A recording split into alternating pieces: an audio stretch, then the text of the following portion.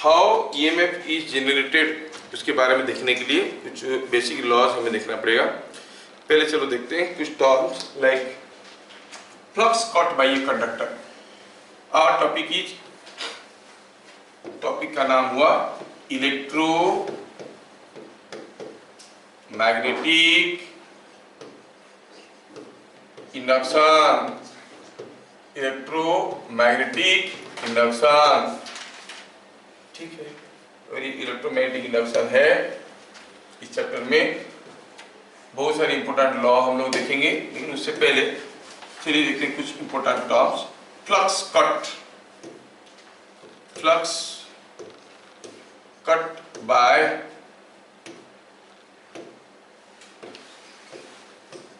A conductor, क्या मतलब है? ठीक है, flux cut bye a conductor मतलब ये है refers to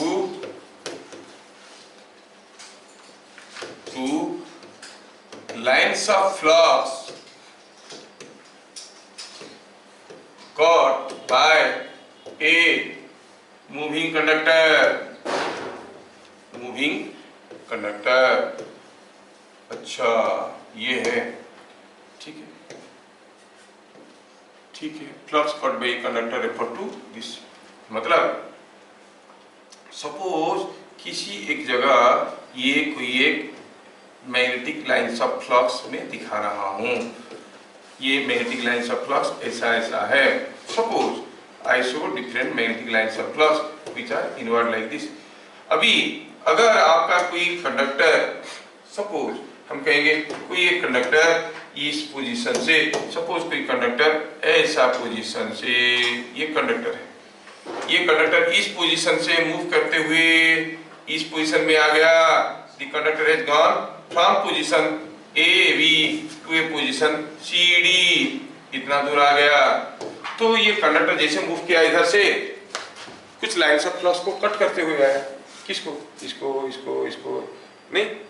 so these are the lines of flux cut, these are the lines of flux cut by the conductor. ये आपको समझ में आना चाहिए।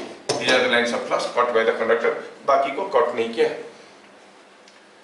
तो कितना लाइन्स ऑफ फ्लक्स कट किया, जानने की तरीका क्या हुआ, देखेंगे कि ये कितना दूर मूव किया है। What is the area swept by this is the area, और what is the flux passing through that area swept. उस एरिया के अंदर से कितना फ्लक्स जा रहा था, किसी भी एक एरिया के अंदर से कितना फ्लक्स जा रहा है कैसे निकालते हैं? It is B into area. Are you getting? So the flux cut is nothing but B into area swept by the conductor.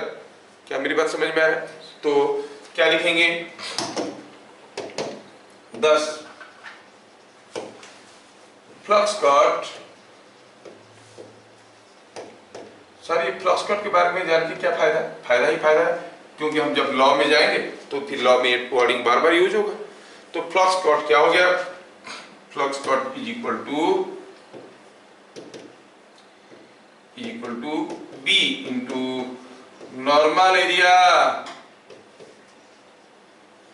B into normal area swept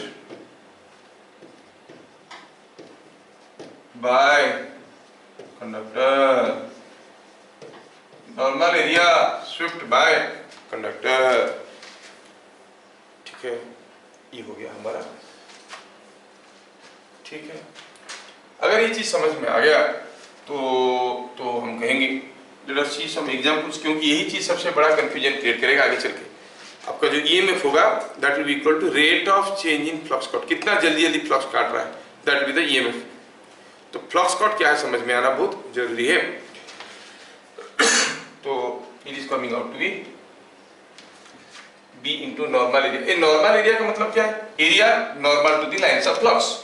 ठीक है, अच्छा जैसे एग्जाम्पल लेते हैं। सपोज हम कहेंगे यहाँ पर कोई एक मैग्नेटिक फील्ड है B, और यहाँ पर यह क्या है कि यहाँ पर कोई एक कंडक्टर है, और कंडक्टर का नाम क्या है? कंडक्टर लेंथ कितना है? Length of the conductor is L। ये A है, ये B है। सपोज ये कंडक्टर को हमने मूव करवाया, ऐसे कितना दूर मूव करवाया? Suppose I moved it over A distance d, I moved it over A distance d।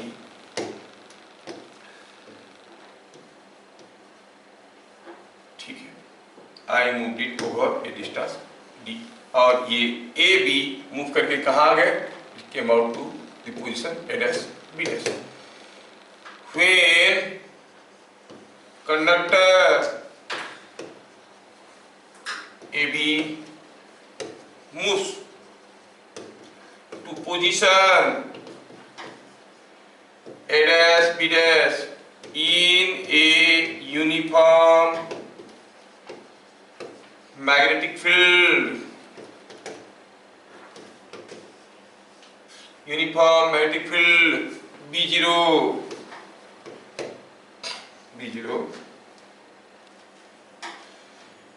the flux cut is equal to क्या होगा बताओ तो? B0 into area, B into area, the flux passing through this area है कि इसके अंदर से क्या फ्लक्स जा रहा है? क्योंकि जब ये यहाँ से यहाँ पर जाएगा, जितने सारे लाइन्स ऑफ फ्लक्स है सारे को कट करके जाएगा। समझ में आ रहा है? अच्छा, तो B0 into एरिया, एरिया कितना है भाई? L into D, B0 LD। हाँ, समझ में आया? ठीक है, थोड़ा सा केस बदल देता हूँ। Let me change the case. Now supposing I go for another case, I go for exactly similar arrangement, everything is same as it is, मैं थोड़ा सा कुछ बदलाव लाऊंगा और वो भी the value of B में। Now instead of B normal to the plane, suppose दिया गया है कि यहाँ पे B ऐसा है, B0 is like this, I go for the second example। Now I want to know कि जब ये कंडक्टर को AB को A dash B dash position दे दिया गया in a uniform magnetic field B0, अब क्या बता सकते हो व्हाट इज फ्लक्स कट? सोचो तो कितना फ्लक्स ये कट किया? सोचो तो, थोड़ा सोचोगे तो पता चल जाएगा। सी विद अ जेन्युइन मीनिंग क्या है फ्लक्स कट का? फ्लक्स कट मतलब कितना लाइन्स ऑफ फ्लक्स को कट किया। ये किसी को कट किया क्या? देखो तो ये किसी को कट नहीं कर रहा है। कैसे? लाइन्स ऑफ फ्लक्स हमारा कैसे थे? लाइन्स ऑफ फ्लक्स ऐसे थे और ये कंडक्टर कैसे था? इन्हीं के साथ कांटेक्ट में था। चार लाइन्स ऑफ फ्लक्स यहाँ पर आया था, वही चार, यहाँ पर भी तो वही चार। बदल रहा है क्या? It is not changing any flux, not it is cutting any lines of flux, इसलिए मैं वो वर्ड यूज कर रहा हूँ फ्लक्स कट।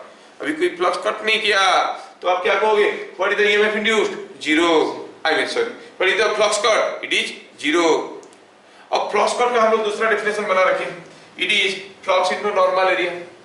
नहीं, is then you will say flux cut is equal to B0 into normal area। What is the area normal to B0? ये जो area है क्या ये B0 के साथ परपेंडिकुलर है? नहीं, पैरेलल है।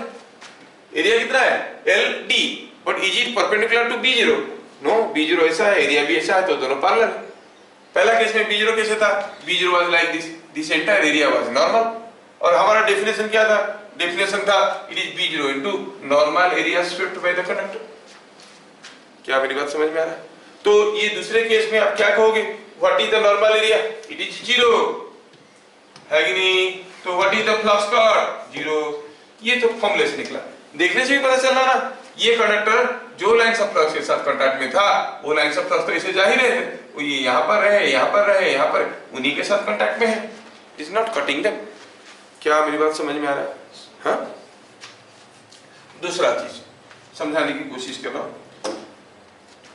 दूसरा चीज समझाने की कोशिश कर। सपोजिंग हम कहेंगे यहाँ पे कोई एक, मान लो कि ये कोई एक रेल है, समझाने के लिए ऐसे बता रहा हूँ, ये एक रेल है, ठीक है? थोड़ा इसको इसे ले लेते हैं।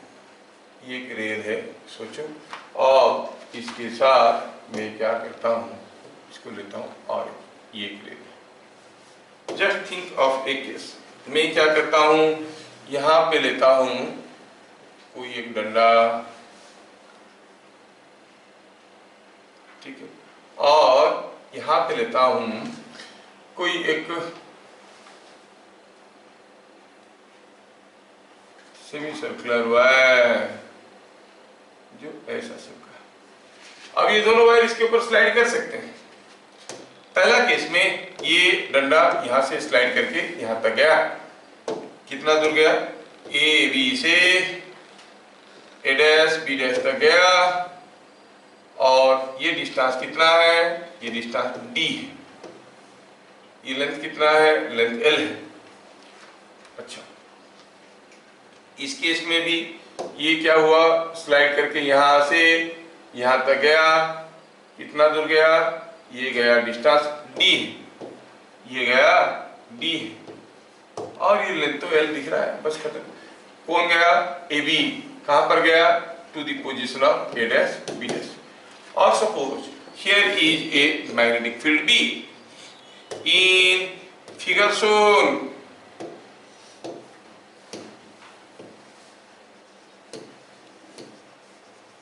इन figure shown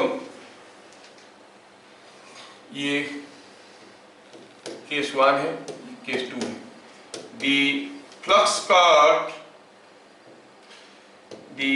flux cut by conductors in moving from position A, position 1 to position AB, sorry, position AB to position A dash B dash, position AB to A dash B dash is more in case 1 और case 2, ऐसा पूछा। Already दिया हुआ है कि एक magnetic field है जो कि इनवर्ड में आपको दिख रहा है। ऐसा एक मैग्नेटिक फील्ड में आपको पता करना है कि कोई कंडक्टर ए बी पोजीशन से ए डैश बी डैश पोजीशन पे गया, और आपको बताना है कि फ्लक्स कट कौन से केस में ज्यादा होगा, पहला केस में कि दूसरा केस में। Well, if you can think, it's not difficult at all, आप आसानी से सोच सकते हो कौन सा केस में फ्लक्स कट ज्यादा हो रहा है। ठीक है, इसके केस में कितना फ्लक्स कट हो रहा है, बी इंटू डी से। अगर आप बात करो इस एरिया के, तो आप कहोगे इस केस में जो एरिया है ना, ये एरिया ऐसा, ये एरिया, इस केस में एरिया कुछ अलग है, ये एरिया। क्या जो एरिया ज्यादा होगा, जो एरिया ज्यादा होगा, अगर ये एरिया A1 है, ये एरिया अगर A2 है, तो पहला केस में फ्लक्स कट कितना हुआ, B इंटू A1, दूसरे केस में B इंटू A2। बताना आपको ये है कि A1 ज्यादा है कि A2 ज्यादा है। क्या लग रहा है, सोचो, हाँ बोलो बोलो, सेम है, क्योंकि यस यस यस, वही दिखना चाहिए सबको, ये दिख गया तो अच्छी बात है। देखो कितना मस्त है, तुम लोग समझ लेते हो। अगर मैं ये वाला हिस्सा को यहाँ से काट के बाहर लाता हूँ, ये वाला हिस्सा इसको लाके इधर पेस्ट कर देता हूँ, तो ये इसके बराबर हो गया कि नहीं हो गया, है कि नहीं? तो इसका मतलब ये सेमी सर्कुलर होने की जरूरत नहीं, कैसा भी शेप का हो, कैसा भी शेप का हो, flux cut will be same.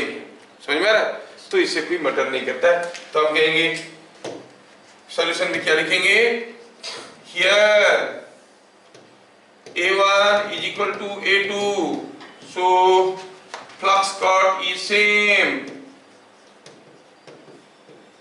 flux cut is same in each case, flux cut is same in each place, flux cut is same।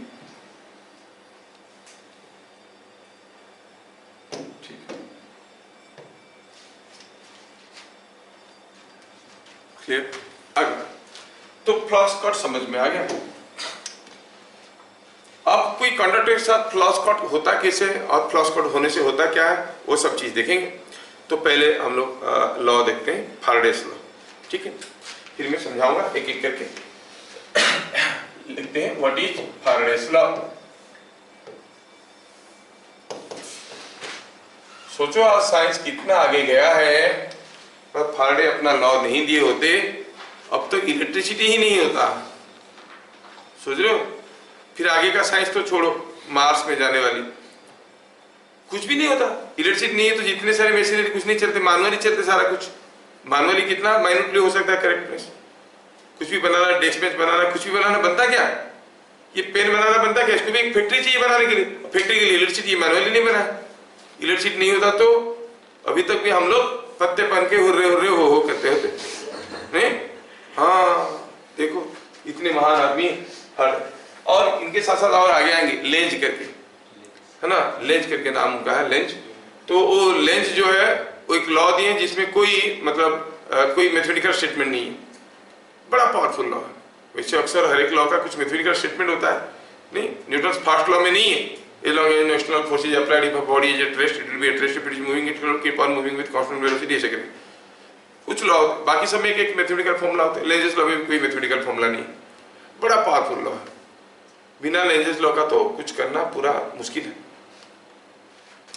तो ये दो महान हस्तियों की पाले पड़ेंगे हम लोग, अभी एक एक करके देखेंगे। पहला हुआ, क्या कह रहे हैं लॉ में, व्हेनेवर, इसका first law, second law, third law करके नहीं कहते हैं, तीन पार्ट में लिख देते हैं। जैसे इट इज पॉपुलर कि न्यूटन्स फर्स्ट लॉ, जैसे Faraday's first law, second law, third law से नहीं आता है। इन लॉ को तीन स्टेटमेंट में पूरा लिखते हैं, ठीक है। जो रिवाज चली आ रहा है, whenever there is a change in flux associated with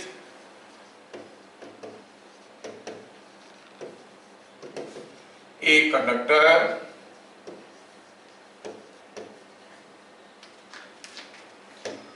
an EMF is induced, जब भी कोई कंडक्टर के साथ एसोसिएटेड फ्लक्स बदलता है तो EMF इंड्यूस होता है। एंड UMF यू अंडरस्टैंड, मतलब the conductor will behave as a battery, the mere conductor will behave as a battery। दोनों तरफ LED लगा दो, ग्लो करने लगेगा। समझ में आ रहा? कोई कंडक्टर को अगर इसके साथ एसोसिएटेड फ्लक्स बदलेगा तो कैसे बदलेगा? या तो किसी मैग्नेट के सामने उसको मूव करवाओ, या फिर इसको रखो, मैग्नेट को मूव करवाओ, बात एक ही हुआ। क्योंकि इसको अगर मूव करवाओगे तो बैटरी कैसे लगाओगे, LED कैसे लगाओगे, बल्ब जलाना है। इसको फिक्स रखो, इसको मूव करवाओ, खड़ाखट कोई एक ही डायरेक्शन लेंगे, कोई जरूरत नहीं है, ऐसे मूव करवाओ, फिर छोटा सा कोई एक चीज बल्ब लगा दो, फिर देखो कि बल्ब जल रहा है ना। You can make all this small experiments. में तो आजकल यूट्यूब में बहुत सारी चीज मिलता है। मैं तो कल देख रहा था, कोई लड़का छोटा सा एक कॉइल बनाया अपने हाथ में और एक 1.5 वोल्ट बैटरी में दोनों तरफ कॉइल को लगा दिया, वो बन गया इलेक्ट्रोमैग्नेट। फिर नीचे अल्पिन डाल रहा है, खींच रहा है, दिखा रहा है, देखो देखो देखो, small electromagnets. So you must experiment with all this, है ना। फिर कोई दूसरा मैग्नेट लाके देखोगे तो नॉर्थ पोल को रिपेल कर रहा है, हाँ ये नॉर्थ पोल बन रहा है, ये साउथ पोल बन रहा है, वो सारा फीलिंग अंदर आएगा कि नहीं आएगा? छोटा सा कॉइल, कोई एक स्टिक ले लो, उसके ऊपर कॉपर वायर को ऐसे उन कर दो, फिर स्टिक को खींच के निकाल दो। Now the copper wire has become a coil bye its own strength. अब उसके दोनों टर्मिनल को लेके किसी बैटरी के साथ ऐसे चिपका के पकड़ो, है ना, तो बन गया उसमें इलेक्ट्रोमैग्नेट बन गया। You can do all this things, लेकिन थोड़ा कस के पकड़ना, क्योंकि जहां पर करंट जाता है ना वहां पर स्पार्किंग होता है, हीट जनरेट होता है, पता चला चल जाएगा। कस के ऐसे पकड़, दबा के पकड़ के रखोगे कुछ नहीं होगा, लूज पकड़ोगे, है ना, उई मामा करोगे, ठीक है। इधर देखो, ये whenever there is a change in flux associated with a conductor an EMF is induced। oh ठीक है। दूसरा part, the EMF induced is directly proportional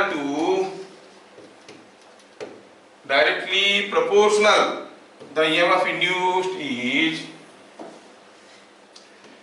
directly proportional to the rate of change in flux। तो जो EMF होता है वो क्या है? Proportional to rate of change in flux. Rate of change in velocity dV by dt लिखते हैं ना, delta V by delta t, ना, rate of change in momentum delta P by delta T, rate of change in flux delta five by delta T, मतलब 5 - 5 में T2 - T1 जो आप जानते हो वही D five by D T. अगर इसको हम सीधे लिखेंगे, कांस्टेंट निकालेंगे तो इट इज के D five by D T है इन MKS सिस्टम, इन MKS सिस्टम याद रखना K का वैल्यू 1 है। बढ़िया, ये बड़ा मजेदार है। तो जब भी आपको निकालना पड़ेगा इलेक्ट्रोमैग्नेटिक इंडक्शन में कोई भी चीज, तो पहले सारे को MKS यूनिट में एक्सप्रेस करो। K का वैल्यू 1 हो जाएगा तो EMF इक्वल टू d5/dt, याद रखना आसान है।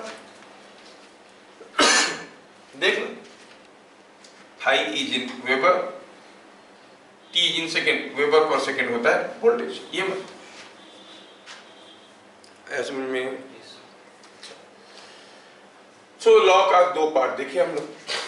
पहला पार्ट था whenever there is a change in flux associated with the conductor an EMF is induced, ठीक है, an EMF is induced, and second हुआ the induced EMF is directly proportional to the magnitude of rate of change in flux.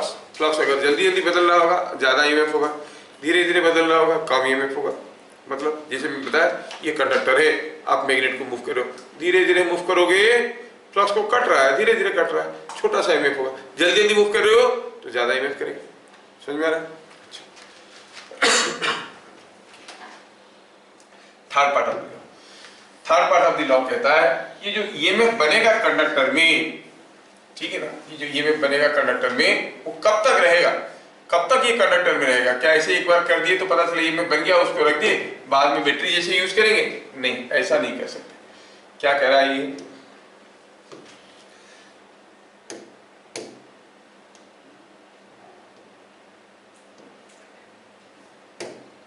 Point number 3, the EMF induced remains in the conductor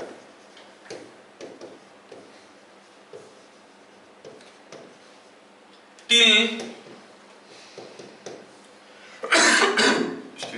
till there is a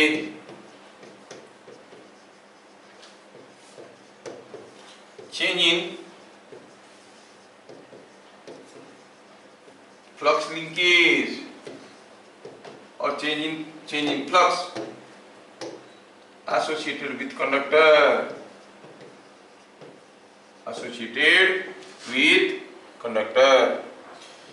तो ये जो आपका EMF है वो कब तक रहता है?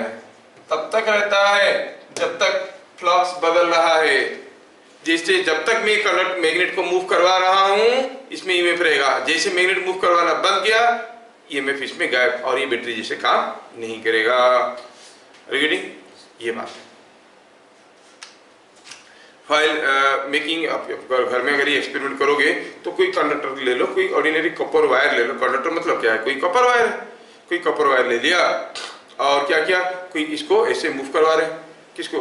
कोई मैग्नेट को मूव करवा रहे हैं। और अगर आप इधर LED लगा दोगे तो देखोगे एक किस्म एक टाइम पे जल रहा है, दूसरे टाइम पे नहीं जल रहा है, क्योंकि वो यूनिलेटरल एलिमेंट है। अगर मान लो कि मैग्नेट को ऐसे लेने में करंट फ्लो करता है तो ऐसे लेने में करंट उसमें फ्लो नहीं करेगा। रेजिस्टेंस होगा तो ग्लो करता है। वो एक डायोड है, LED क्या है? लाइट इमिटिंग डायोड है। उसमें एक डायरेक्शन में करंट जाता है, दूसरी डायरेक्शन में करंट नहीं जाता है। और आप जब ऐसे से मूव करवाओगे इसमें जो EMF बनेगा उसका पोलैरिटी बदलते रहेगा, कभी ये पॉजिटिव होगा ये नेगेटिव होगा, उल्टा मूव करो तो ये नेगेटिव पॉजिटिव, इसलिए करंट उसमें फ्लो नहीं कर पाएगा। ये मत बोलना कि सर बोले थे ऐसे करने से होगा, लेकिन देख लेंगे हो रहा है, कभी नहीं हो रहा है ऐसा। ठीक है, we can do all this experiment. तो this is what is the law. ये EMF कब तक रहेगा? जब तक इसके साथ एसोसिएटेड फ्लक्स बदल रहा है। जैसे मैं फ्लक्स को बदलना बंद करवा दिया तो देखोगे इसमें और कोई EMF नहीं है। Okay, we understand this well. We have now no we have studied what is Faraday's law. क्या कहता है? whenever there is a change in flux associated with the conductor an EMF is induced. दूसरा हुआ कि जो EMF induce होता है directly proportional to the rate of change in flux linkage. तीसरा हुआ the EMF induced remains in the conductor till there is a change in flux linkage. है कि नहीं। चलो शुरू करते हैं शुरू से। Whenever there is a change in flux associated with a conductor, an EMF is induced. Conductor के साथ होता है, किसी दूसरे के साथ नहीं होता है। और जो भी होता है उसको हम पोटेंशियल डिफरेंस नहीं बोल रहे हैं, क्या बोल रहे हैं? EMF। Why we call it EMF? Why not a potential difference? है ना। तीसरा हुआ, होता है क्यों? फैराडे बोलने से थोड़ी होता है, होता होगा फैराडे बोल दिए नहीं। हम बोले कि अर्थ घूम रहा है वेस्ट टू ईस्ट, क्या हमारा बोलने से घूमा? वो घूम रहा था, हम बोले we discovered, we have not invented it, है कि नहीं। अच्छा, तो अभी हमें देखना है कि फैराडे को क्यों लगा कि EMF होगा। दूसरी हुआ कि वो कंडक्टर में होगा। फिर ये हुआ कि उसको EMF क्यों कहेंगे। अगर EMF कहेंगे तो उसका एक पोलैरिटी होना चाहिए, एक पॉजिटिव टर्मिनल नेगेटिव टर्मिनल, कैसे पता करेंगे। अब देखिए कोई एक कंडक्टर में पहला शुरू करते हैं यहां से।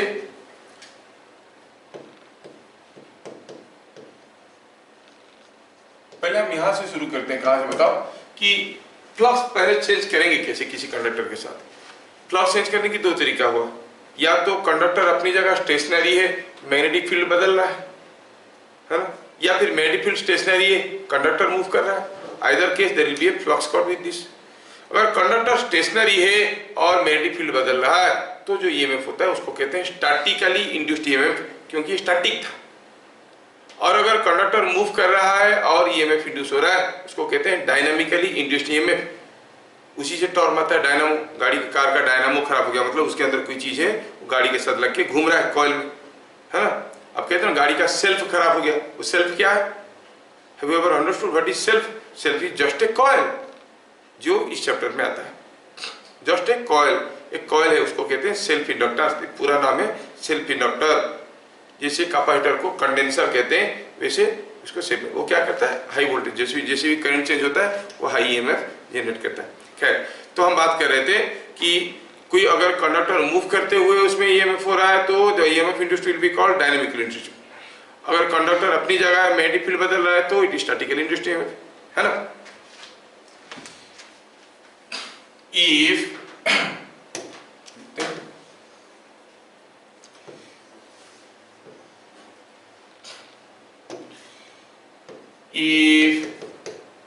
the EMF, if the conductor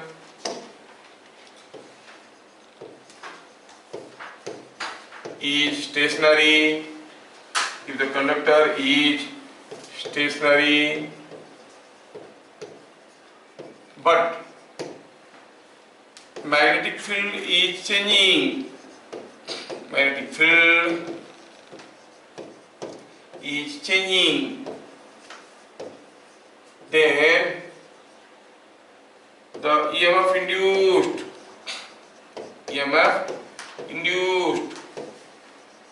is called statically induced EMF. Statically induced EMF कहाँ होता है ऐसा? I can give you an example. कोई ट्रांसफार्मर अगर आप देखोगे तो ट्रांसफार्मर में होता है ऐसा है कि ये एक आयरन कोर होता है, ऐसे आयरन का, लोहे का सोचो, आयरन कोर होता है और उसके ऊपर क्या होता है कि कोई एक कॉइल को, एक आयरन कोर होता है,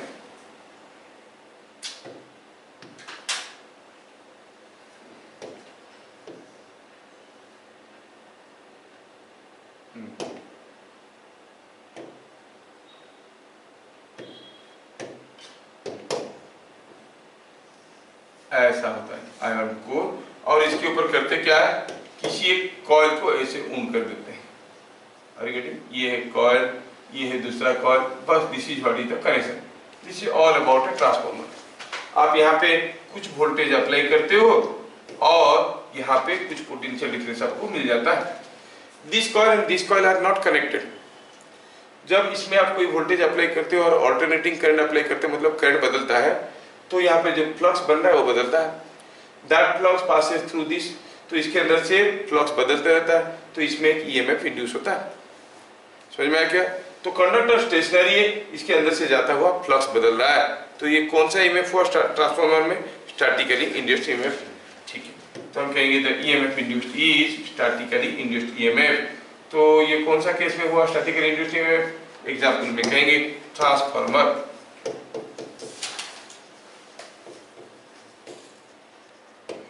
ठीक है। Point number 2 is magnetic field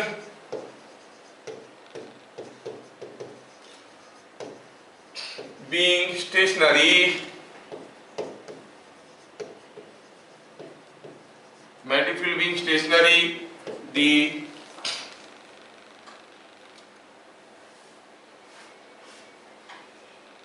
conductor moves, then the EMF induced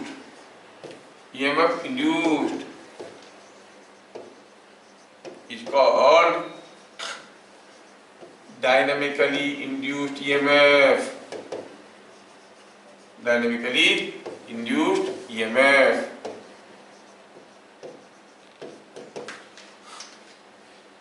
समझ में? कहाँ से आता है ये? एग्जाम्पल क्या है? Example the case of dynamo कहो या फिर आप जेनरेटर कहो, उसमें क्या होता है?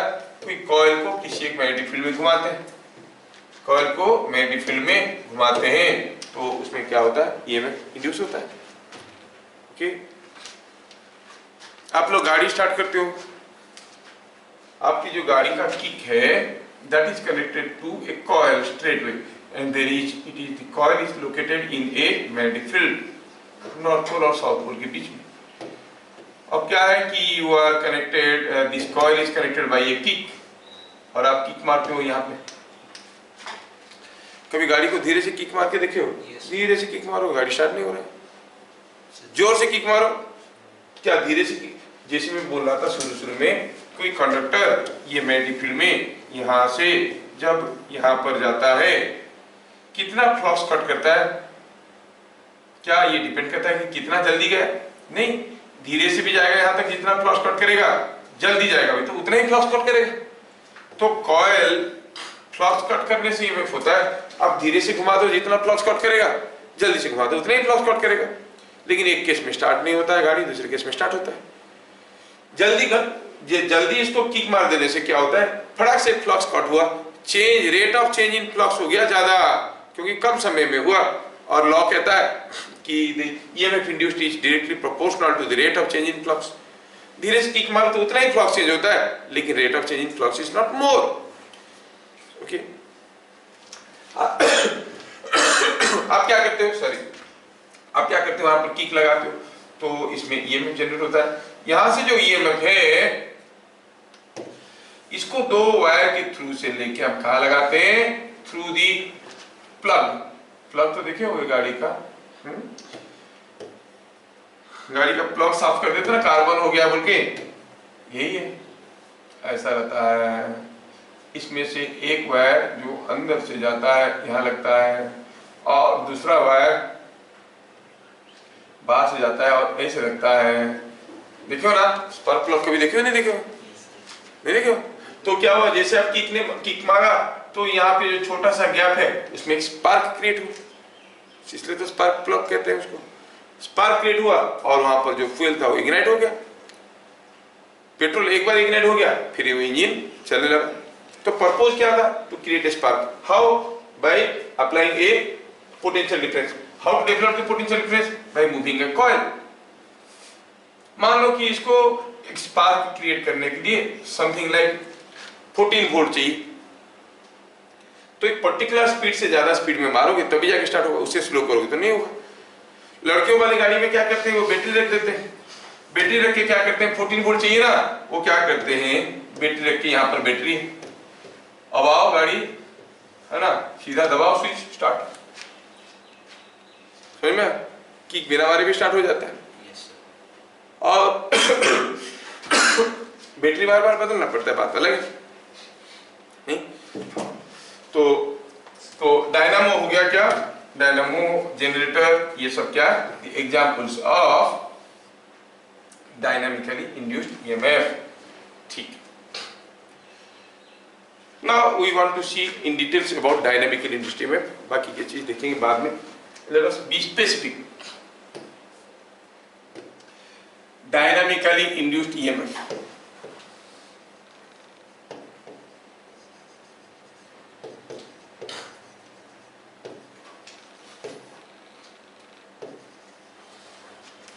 dynamically induced EMF,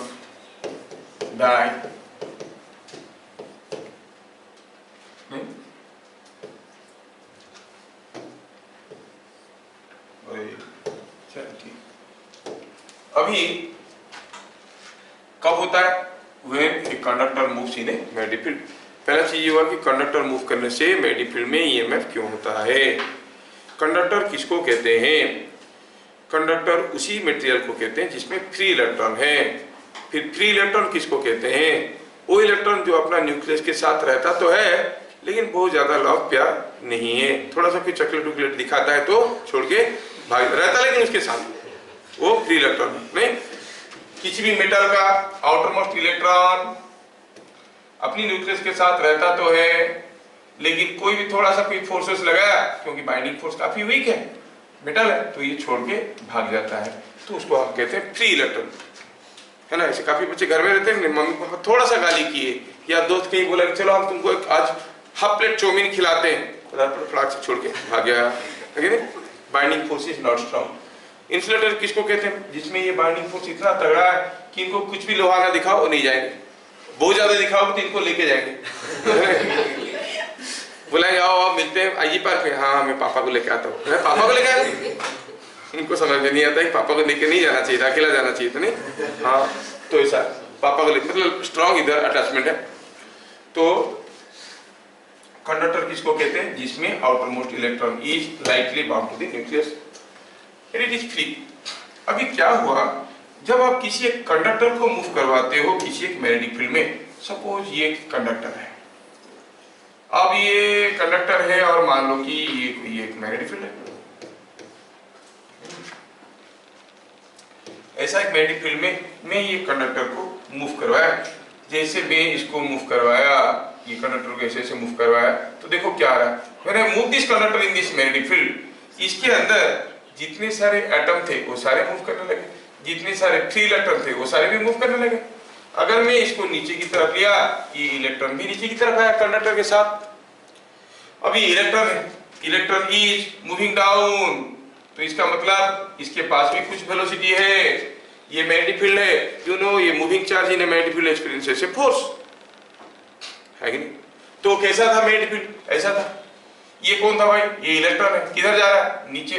ओ अगर ये पॉजिटिव चार्ज होता तो शायद फोर्स इसके ऊपर इधर को होता, लेकिन है नेगेटिव चार्ज, तो this electron will experience a force in this direction और आके पहुंचेगा यहाँ पे। जैसे इलेक्ट्रॉन अपना घर छोड़ेगा और वो बन जाएगा positive charge, that positive charge will appear here.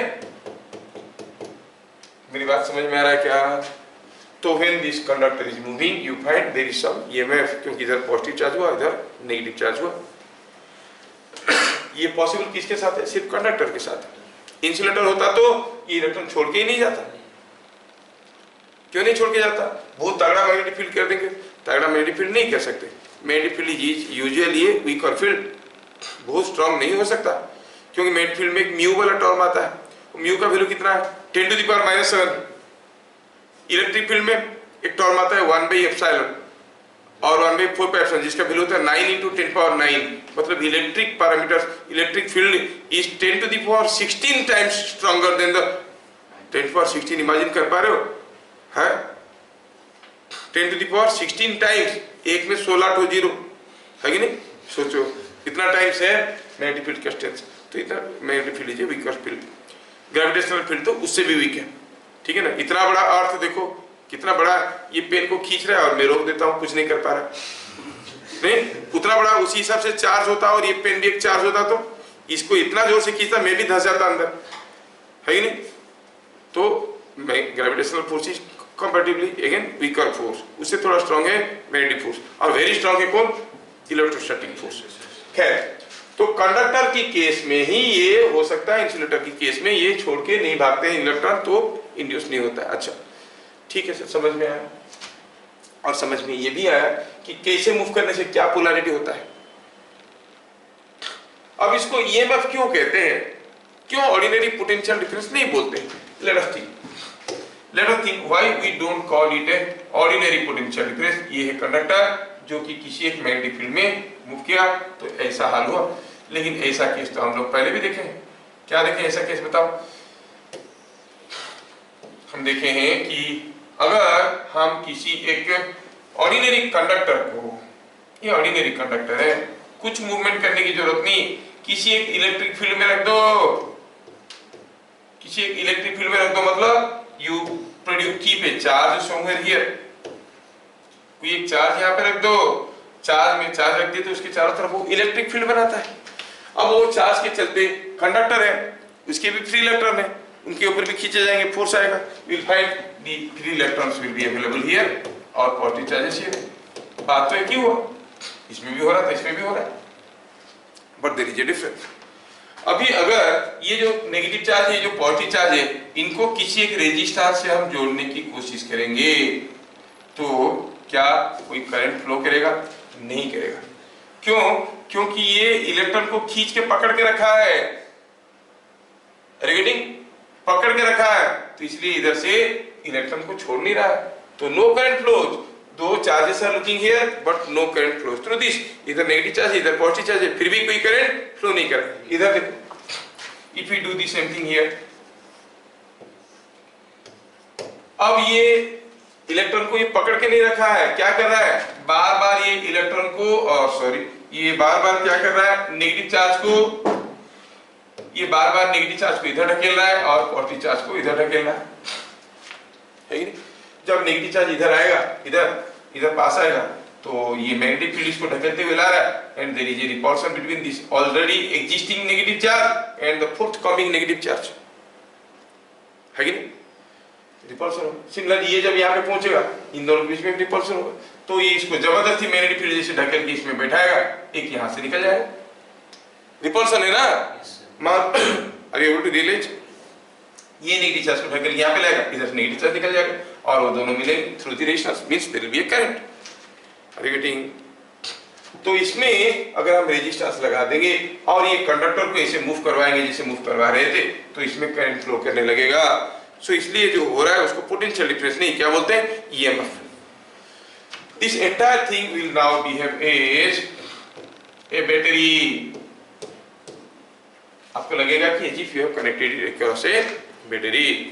क्या मेरी बात समझ में आ रहा है ना? अच्छा, ठीक है। तो अभी हमें इतना तो समझ में आ गया कि कंडक्टर में ही ईएमएफ होता है जब वो फ्लक्स चेंज करता है, और दूसरा हुआ कि जो ईएमएफ है उसको ईएमएफ क्यों कहते हैं? क्योंकि उसके पास इलेक्ट्रोमोटिव फोर्स है, इलेक्ट्रॉन को मोटिवेट कर सकता है रेजिस्टेंस के थ्रू से जाने के लिए। जाओ इधर रेजिस्टेंस से, डरो मत तुम जाओ करके जबरदस्ती इसको भेजता है, उसको भेजता है, फिर ये इलेक्ट्रॉन फ्लो करते हैं तो करंट फ्लो होता है। So what we conclude mostly and importantly we say, जो ईएमएफ इंड्यूस हो रहा है वो क्यों हो रहा है? In case of dynamical induction में क्या होता है? Because of the force on the free charges in the conductor. समझ में आया क्या? तो क्या लिखेंगे? Basically EMF is induced in a moving conductor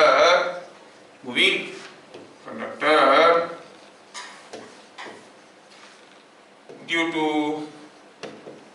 force on free charges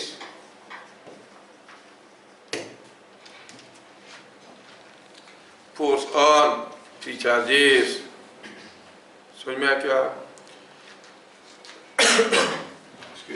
The magnetic force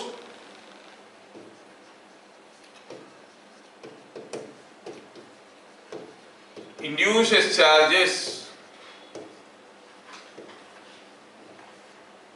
at two ends of the conductor.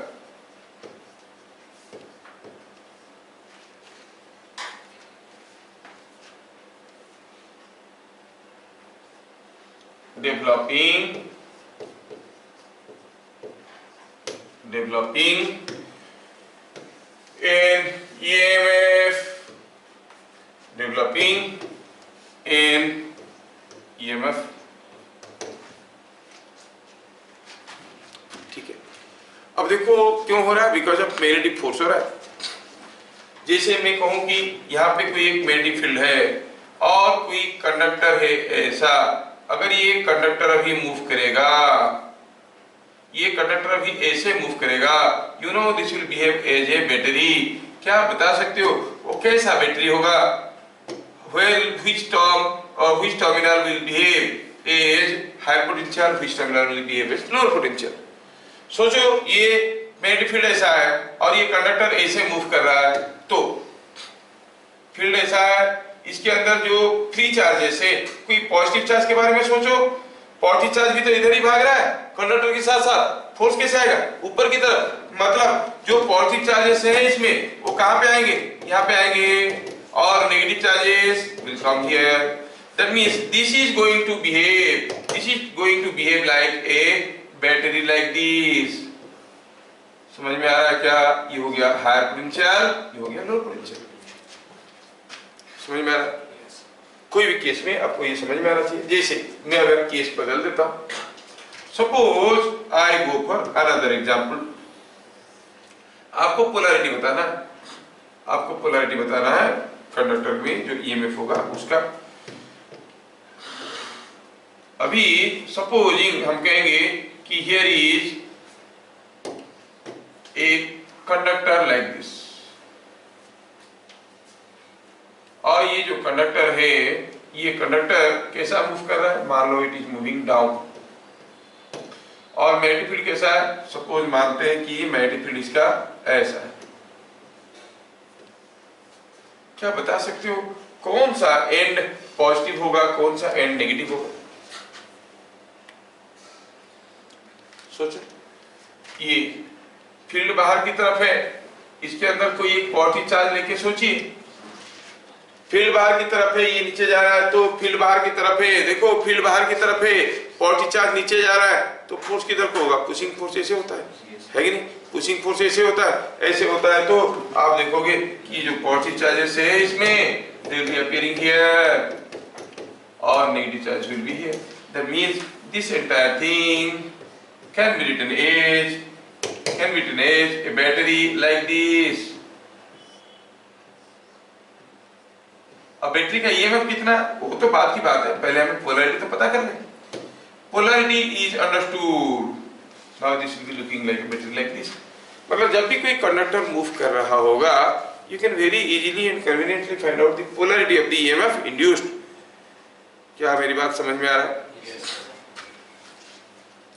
सही, second वाला example से थोड़ा फिर से बता देंगे? हाँ, क्यों नहीं बताएंगे। ये सेकंड वाले में हो क्या रहा है, हम लिए कि मैग्नेटिक फील्ड ऐसा है और ये जो कंडक्टर है वो नीचे जा रहा है, दिया है यहाँ पर, conductor is moving like this. हम जानते हैं कि जो ईएमएफ इंडक्शन होता है it is because of the force. तो जब ये कंडक्टर मूव करेगा, सोचो कि उसके अंदर एक पॉजिटिव चार्ज था, तो पॉजिटिव चार्ज भी उसके साथ मूव कर रहा होगा, तो सोचो तो पॉजिटिव चार्ज कैसे मूव कर रहा है? फील्ड इज डॉट मार्क दिए, मतलब outward, field is outward, positive charge is going down, then the force is, you know it is a pushing force. तो ये पॉजिटिव चार्ज के ऊपर फोर्स इधर को आएगा, नहीं फोर्स इधर को आएगा, तो आप देखोगे कि this end will behave as positive and this end will behave as negative. क्या मेरी बात समझ में आया?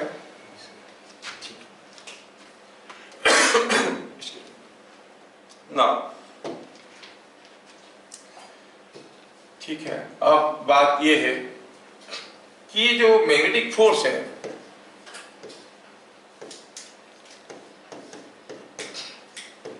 is, you know, magnetic force is perpendicular to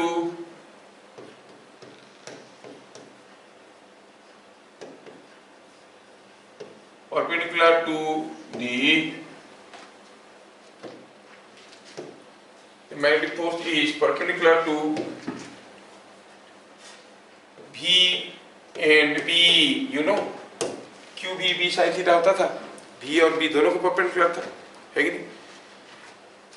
So charges can be separated.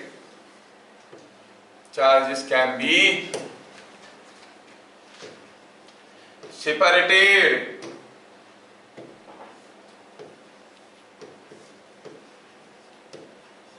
only if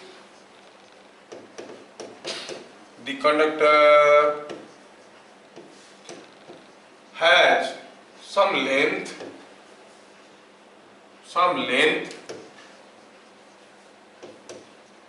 perpendicular to V and B. क्योंकि जो force आने वाला है वो जो फोर्स है वो कैसा है, that force is perpendicular to V and B. अब वो फोर्स दोनों चार्ज को, पॉजिटिव चार्ज को एक तरफ, नेगेटिव चार्ज को दूसरी तरफ लेने की कोशिश कर रहा है, ले पाएगा तब, अगर कोई रास्ता होगा तब ना. मान लो पॉजिटिव चार्ज के ऊपर इधर को फोर्स आ रहा है, नेगेटिव चार्ज के ऊपर इधर को फोर्स आ रहा है, और आपका कंडक्टर कैसे रखा है, ऐसे रखा है, तो कहां जाएगा? कंडक्टर ऐसे रखा होगा तो इधर आएगा नेगेटिव चार्ज, इधर आएगा पॉजिटिव चार्ज. समझ में आ रहा है क्या? और कंडक्टर ऐसे रख रहा है और ऐसे मूव करवा रहे हैं कि पॉजिटिव चार्ज के ऊपर फोर्स इधर को आ रहा है, नेगेटिव चार्ज के ऊपर इधर को आ रहा है, कहां जाएंगे? वहीं पड़े रहेंगे, रास्ता नहीं है जाने के लिए, है कि नहीं? तो कंडक्टर के पास अगर कोई लेंथ है, कैसा लेंथ, जो कि चार्ज सेपरेशन की डायरेक्शन में होगा. कौन से डायरेक्शन में? Perpendicular to V and B, क्योंकि जो फोर्स आता है वो perpendicular to V and B होता है, तभी ईएमएफ होगा, नहीं तो नहीं होगा. कंडक्टर मूव करने से मैग्नेटिक फील्ड हो जाएगा, ऐसा कोई बात नहीं है. तो फिर कैसे मूव करने से होगा? अगर ऐसा मूव कर रहा है कि कंडक्टर के पास कुछ लेंथ है perpendicular to V and B. जैसे सपोज हम कहेंगे यहाँ पे कोई एक मैग्नेटिक फील्ड है, और चलो मानते हैं कि यहाँ पे कोई एक कंडक्टर भी है, और सपोज ये जो कंडक्टर है, इस कंडक्टर को आपने मूव करवाया विद वेलोसिटी V में, क्या ईएमएफ होगा? ये कंडक्टर का लेंथ को V और B को परपेंडिकुलर होना था, V को तो परपेंडिकुलर दिख रहा है, लेकिन V को परपेंडिकुलर है क्या? नहीं, तो इसमें ईएमएफ नहीं होगा, तो ईएमएफ विल बी 0. समझ में आ रहा है क्या? सपोज हम कहेंगे यहाँ पे कोई एक मैग्नेटिक फील्ड है, ऐसा एक मैग्नेटिक फील्ड में ऐसा एक कंडक्टर को हम मूव करवाना चाहते हैं. कैसे मूव करवाना चाहते हैं? हम मूव करवाना चाहते हैं ऐसे. क्या इसमें ईएमएफ इंड्यूस होगा? सोचो और बताओ. क्या कंडक्टर के पास कोई लेंथ है जो कि V और B को परपेंडिकुलर होगा? दिख तो नहीं रहा. It is already in the direction of B, है कि नहीं? तो इसमें क्या होगा? ईएमएफ. समझ में आ रहा ना? ये सब कॉन्सेप्चुअल चीजें हैं. EMF will B 0.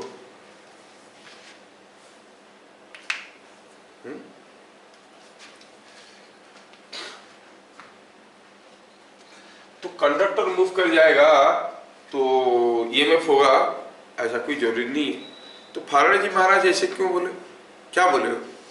बोले कि जब भी फ्लक्स कट होता है, देखो तो इस केस में फ्लक्स कट हो रहा है क्या? क्योंकि तो इतना थीन है कि कोई लाइन से फ्लक्स को कट नहीं करे. इस केस में भी वही है ना? यहाँ पर मान लो कि जो लाइन ऑफ फ्लक्स है उस लाइन ऑफ फ्लक्स की लेंथ में ये मूव कर रहा है, तो इसमें कट नहीं कर रहा. समझ में आ रहा? It is not cutting any flux. अगर हम कहेंगे flux cut is equal to B into normal area, जब ये यहाँ से यहाँ पर मूव करेगा, कुछ एरिया बनाएगा, उस एरिया के अंदर से कितना फील्ड फ्लक्स जा रहा है? अरे B तो पैरेलल टू दैट एरिया घुसेगा, कहाँ? कुछ नहीं. समझ में आया क्या?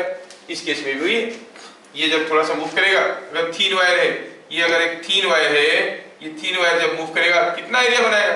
कुछ नहीं. अबे ये मूव करता है तो एरिया बनाता है ना, दिस इंटू कितना दूर गया. लेकिन अगर ये थीन वायर है, कोई ईएमएफ ये इंड्यूस नहीं करेगा, कोई ईएमएफ इंड्यूस नहीं करेगा, because no flux is caught by it. Anyway, from the fundamental definition we could follow कि अगर कंडक्टर के पास कोई लेंथ है जो कि perpendicular to V and B है, तभी उसमें ईएमएफ होगा. अगर ये आपको समझ में आ गया तो बताओ. मैं दूसरा एक केस देता हूं. सपोजिंग हम कहेंगे कि यहाँ पे यहाँ पे कोई एक कंडक्टिंग ब्लॉक है, ये ऐसा एक ब्लॉक है, ठीक है, और दिया है ऐसे, ये ऐसा है, चलिए ठीक है, और ये ऐसे जुड़े हुए हैं,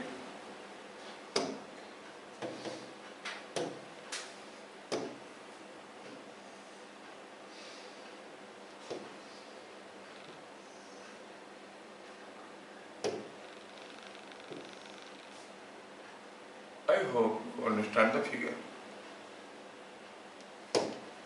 ठीक है। और एक काम करते हैं, इसका पीछे जो तीन है इसको डार्क लाइट कर देते हैं, पीछे का तीन,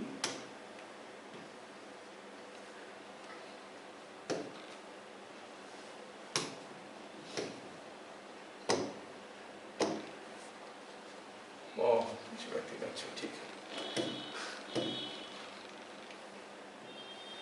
अब थोड़ा ध्यान से देखो, ये जो सर्किट, क्या आप अभी इमेजिन कर पा रहे हो कैसा है?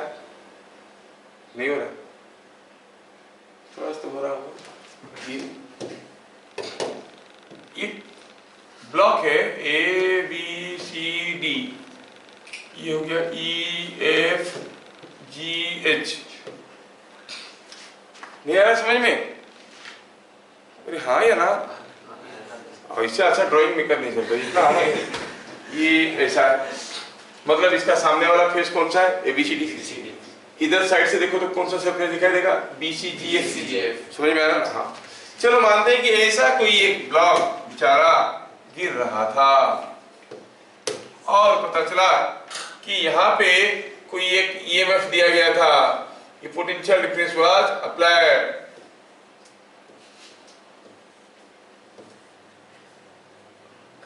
EMF नहीं दिए थे, मैग्नेटिक फील्ड अप्लाई किए थे, ए मैग्नेटिक फील्ड वाज अप्लाइड,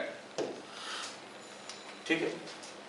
तो ये कंडक्टिंग ब्लॉक गिर रहा था और इसमें एक मैग्नेटिक फील्ड अप्लाई किए गए थे इसे, तो इसमें कुछ EMF इंड्यूस होगा। क्वेश्चन ये है कि जो EMF इंड्यूस होगा उसको लेके हम कोई LED ग्लो करवाना चाहते हैं, तो लगाएंगे तब ना ग्लो करेगा। कौन सा दो फेस में लगाएंगे? across which two phase we have to connect the light, you will get the potential difference। अगर हमें पता चला कि यहाँ पे जो सरफेस है, यहाँ पे जो सरफेस है इसमें होगा पोटेंशियल डिफरेंस, तो एक मिनट यहाँ पर लगा देंगे LED को। नहीं पता चला, नहीं ऊपर वाला सरफेस नीचे वाला सरफेस में होगा, तो ऊपर नीचे करके लगाएंगे तभी ग्लो करेगा। Question is across which two surfaces we must connect, across which two surface we must connect, we will be able to glow in LED। समझ में आया? कैसे करें सोचो और बताओ। पहले दिखाओ कि यहाँ पर भी कैसा है, what is the direction of भी सीधा नीचे दिख रहा है, भी नीचे। अच्छा बी कैसा है? बी ऐसा है, मतलब सोचो तो ये जो आपका भी है वो इस डायरेक्शन में है और जो बी है वो इस डायरेक्शन में है। जो EMF इंड्यूस होगा वो कौन सा टर्मिनल में होगा? In direction perpendicular to B and B. बताओ ये साइड और ये साइड को परपेंडिकुलर करके कौन सा साइड है? BF है कि नहीं? Are you able to imagine? ये BF है और यहाँ पर देखो ये है V का डायरेक्शन, वेलोसिटी ऐसा है, और ये तो ये हो गया परपेंडिकुलर उसको, मतलब जो EMF होगा ये दोनों एंड में होगा, पिछले वाले और आगे वाले। समझ में आ रहा है क्या? The EMF will be induced across the perpendicular length of the conductor perpendicular to B and B। तो आप कहोगे here in this case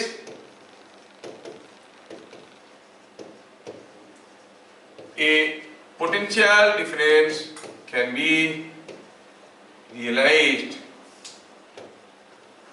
across the surfaces।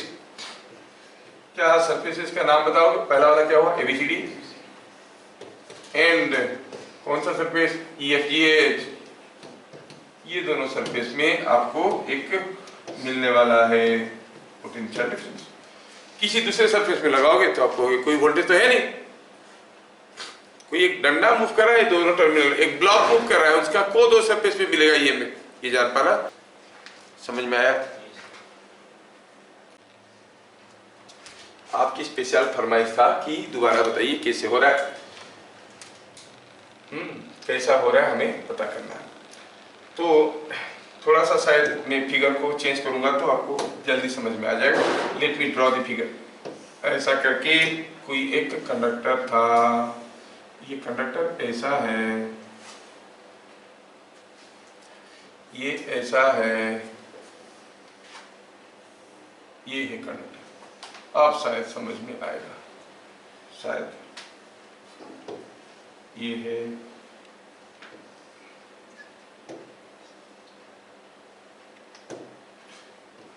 ये कोई ब्लॉक है, कंडक्टिंग ब्लॉक है, ओके। और इस कंडक्टिंग ब्लॉक को थोड़ा देखो, ये ऐसा है,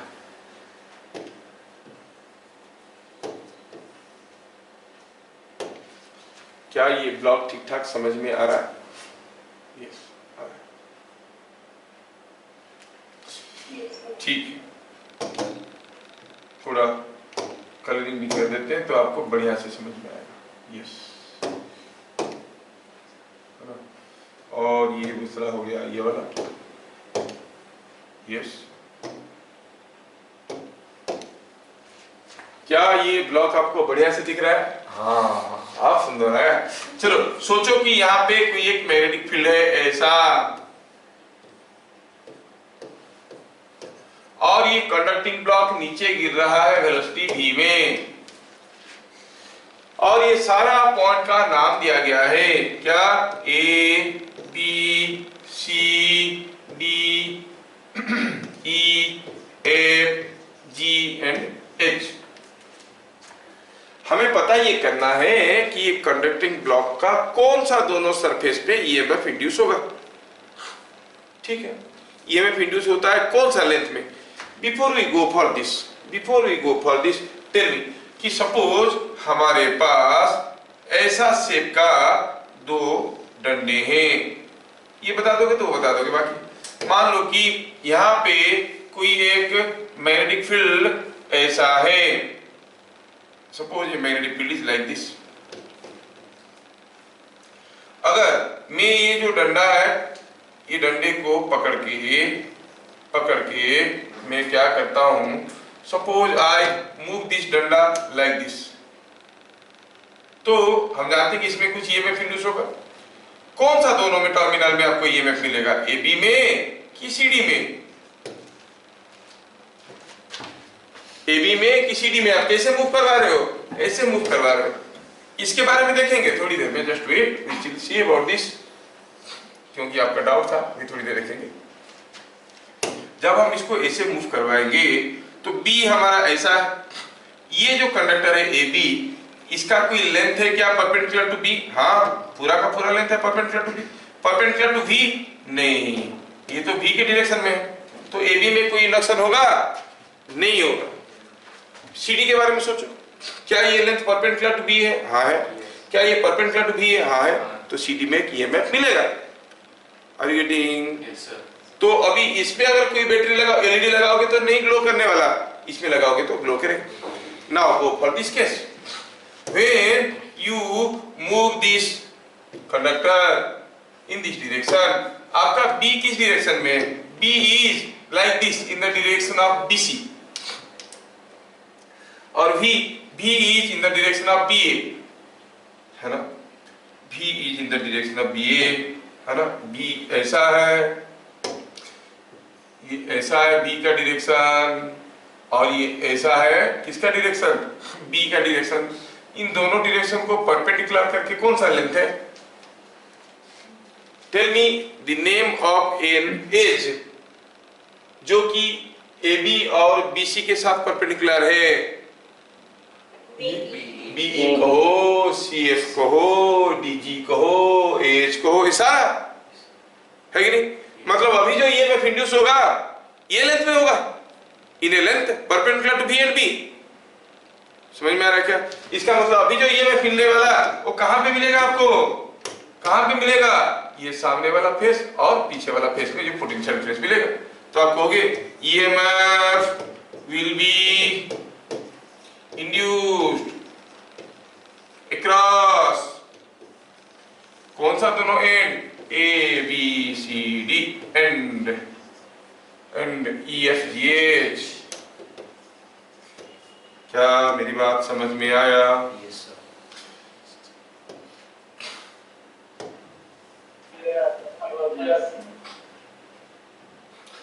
क्या समझ में आया?